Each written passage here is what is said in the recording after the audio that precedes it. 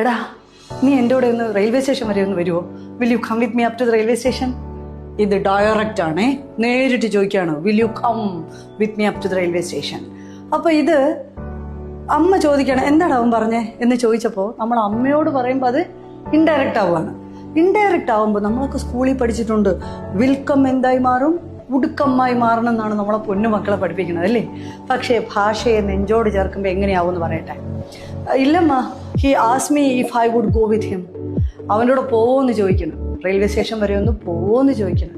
He ask me if I would go with him up to the railway station. അപ്പോൾ വിൽക്കം എന്തായി മാറി, would ഗോയായി. ഈ മാറ്റത്തെ കൊണ്ടുവരണമെങ്കിൽ ഭാഷ അറിഞ്ഞു തന്നെ ആകണം, മനസ്സറിഞ്ഞ് പറയണം.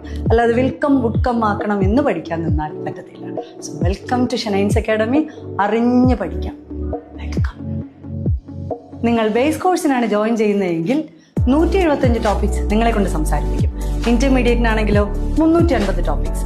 ഇനി അഡ്വാൻസ്ഡ് കോഴ്സിനാണ് ജോയിൻ ചെയ്യുന്നതെങ്കിൽ 500 മുതൽ 700 വരെയുള്ള ടോപ്പിക്സ് നിങ്ങളെ കൊണ്ട് സംസാരിപ്പിക്കും. So you are welcome to ഷനൈൻസ് അക്കാഡമി. Thank you.